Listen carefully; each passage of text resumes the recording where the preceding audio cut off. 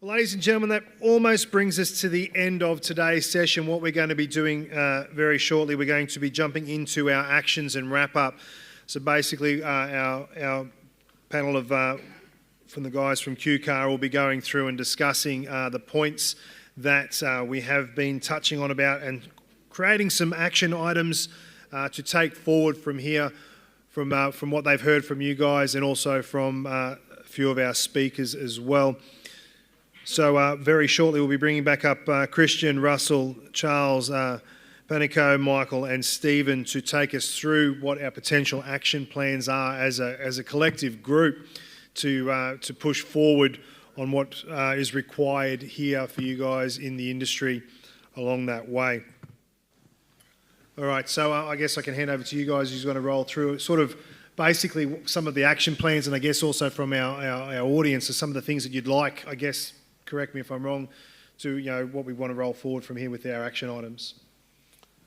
Yeah, well, some of the action items, very obviously from the last one, is that our members want to be involved in new projects, and that those projects are to be probably not with the existing mill infrastructure. I mean, that may be a possibility, but preferably they'll be direct to new processing facilities.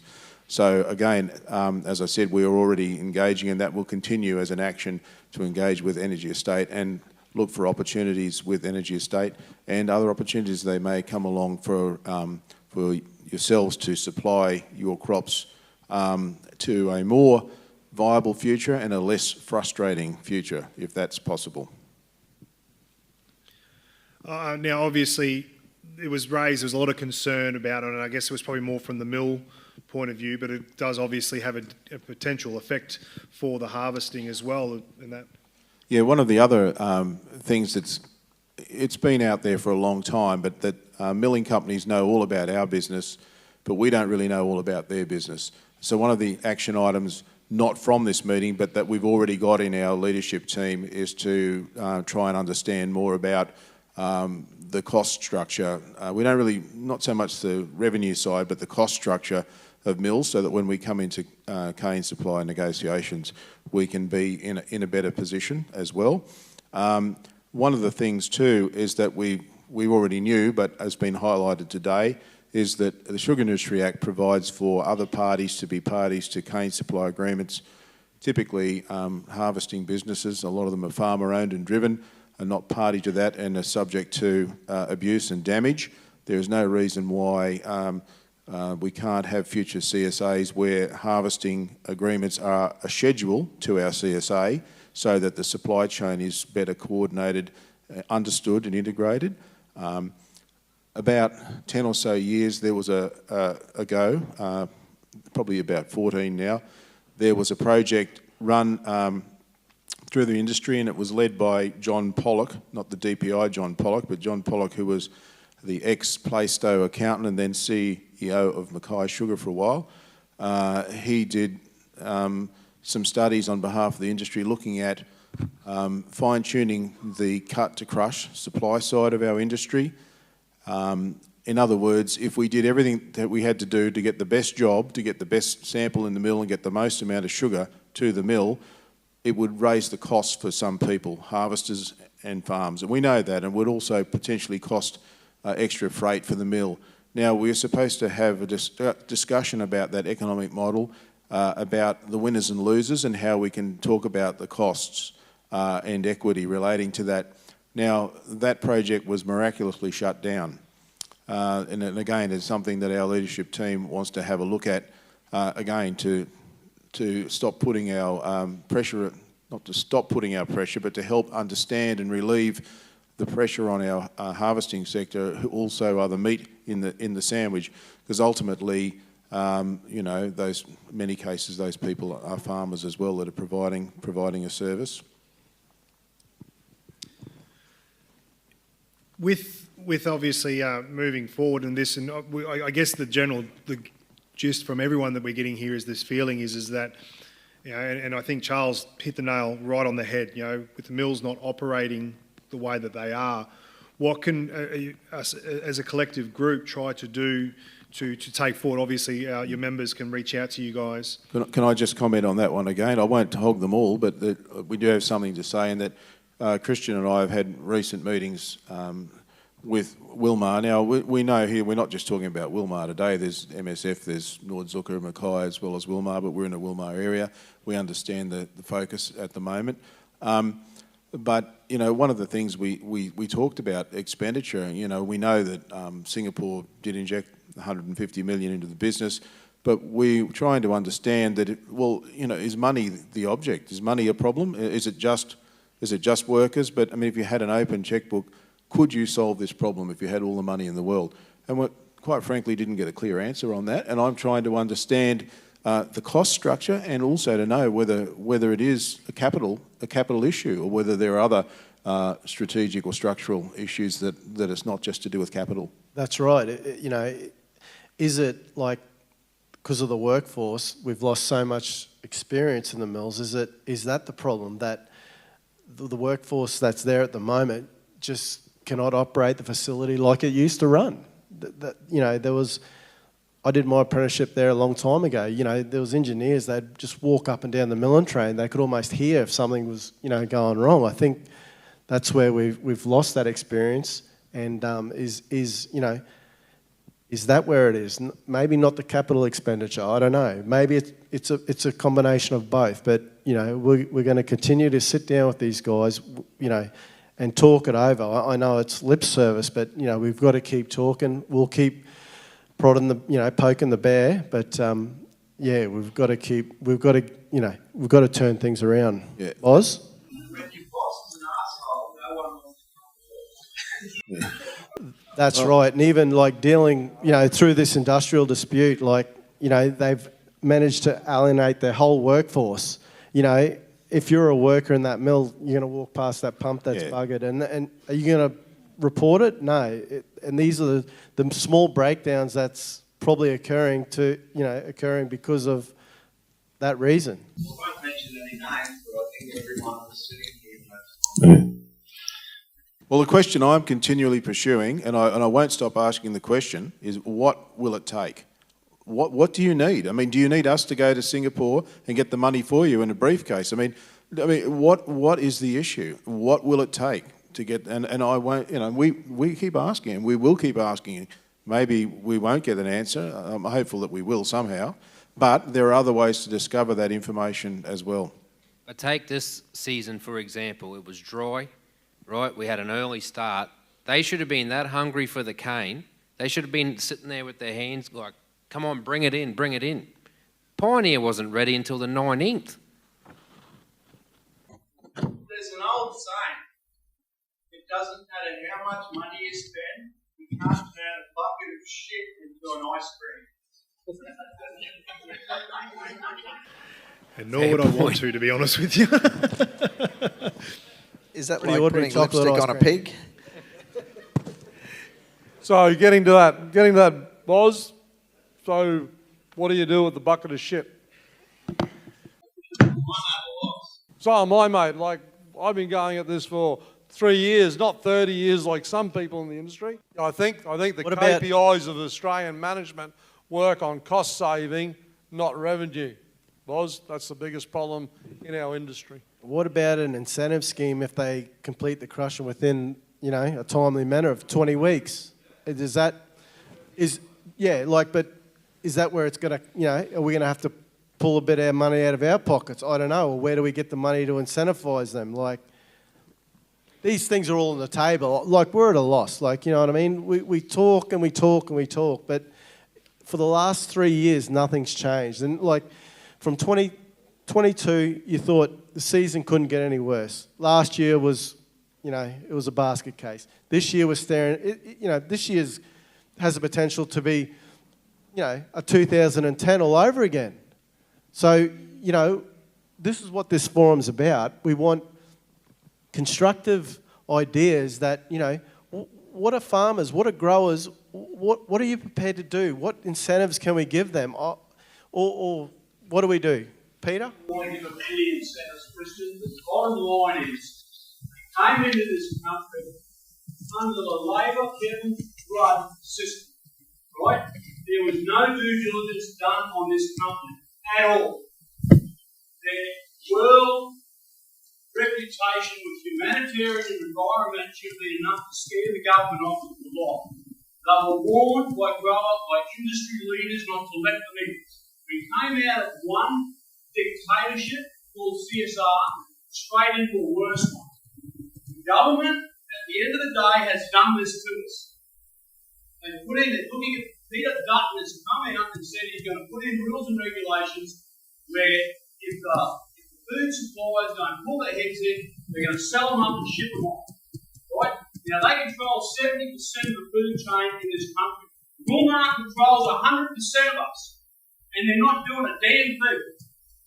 The Labor government put us in this position, both the workers and the mill workers and the farmers, the contractors, and the small communities up and down this state. The whole northeast coast of Queensland is buggered because of Wilmar, and the government did this to us. You can have every plan. We've tried this. I've been in this for 30 years. You can try every plan in the book. It's not going to work. You have to lobby government. You have to embarrass government.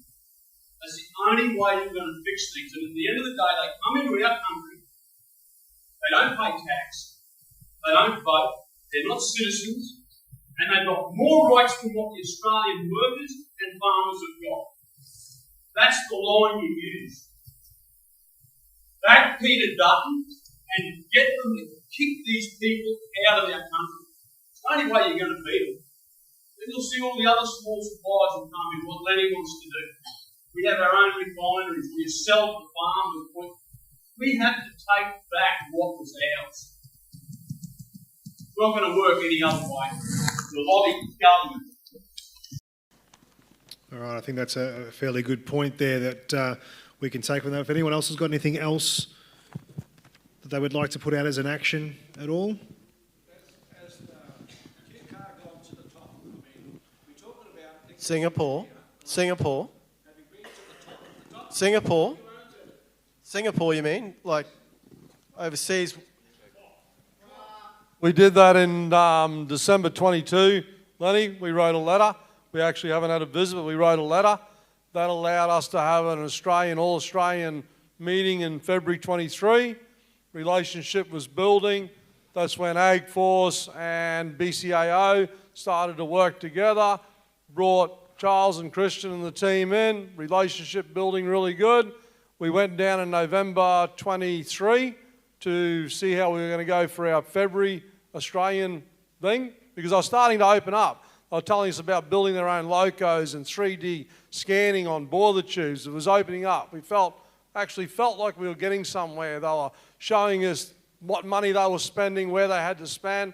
And for some reason in November 23, and to now we still don't know why, they refused the February Australian meeting, and basically communication has got to an all-time low, especially between Charles and I and the Australian management team.